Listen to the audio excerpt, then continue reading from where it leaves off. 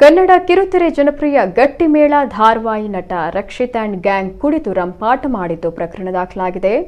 ನಾಗರಬಾವಿ ಬಳಿಯಲ್ಲಿ ಶೂಟಿಂಗ್ ಮಾಡ್ತಾ ಇದ್ದ ಗಟ್ಟಿಮೇಳ ಸೀರಿಯಲ್ ತಂಡ ಕೆಂಗೇರಿ ಬಳಿಯ ಹೋಟೆಲ್ಗೆ ರಾತ್ರಿ ಬಂದಿದ್ರು. ಈ ವೇಳೆ ಮದ್ಯ ಸೇವಿಸಿ ರಕ್ಷಿತ್ ಅಂಡ್ ಗ್ಯಾಂಗ್ ಗಲಾಟೆ ಮಾಡ್ತಿದ್ದಾರೆ ಅಂತ ಸ್ಥಳೀಯರು ಹೊಯ್ಸಳ ಪೊಲೀಸರಿಗೆ ಮಾಹಿತಿಯನ್ನು ನೀಡಿದ್ದಾರೆ. ಬಳಿಕ ಸ್ಥಳಕ್ಕೆ ಬಂದ ಹೊಯ್ಸಳ ಪೊಲೀಸರ ಜೊತೆಗೆ ರಕ್ಷಿತ್ ಊಟ ಮಾಡೋದಕ್ಕೆ ಬಂದಿದ್ವಿ, ಲೇಟ್ ಆಯಿತು ಅಂತ ಮಾತಿನ ಚಕಮಕಿ ನಡೆಸಿದ್ದಾರೆ. ಕುಡಿದ ಆರೋಪದ ಹಿನ್ನೆಲೆ ಎಲ್ಲರಿಗೂ ಪೊಲೀಸರು ವೈದ್ಯಕೀಯ ಪರೀಕ್ಷೆ ಮಾಡಿಸಿದ್ದು, ರಕ್ಷಿತ್, ರಂಜನ್, ಅನುಷಾ, ಅಭಿಷೇಕ್, ಶರಣ್ಯ ಸೇರಿದಂತೆ 7 ಮಂದಿ ವಿರುದ್ಧ ಎಫ್ಐಆರ್ ದಾಖಲಿಸಲಾಗಿದೆ. ಇನ್ನು ನೈಟ್ ಕರ್ಫ್ಯೂ ಜಾರಿಯಲ್ಲಿದ್ದರೂ ಪಾರ್ಟಿಗೆ ಅನುಮತಿ ನೀಡಿದ್ದಕ್ಕೆ ಹೋಟೆಲ್ ಮಾಲೀಕರ ವಿರುದ್ಧವೂ ಪ್ರಕರಣ ದಾಖಲಾಗಿದೆ.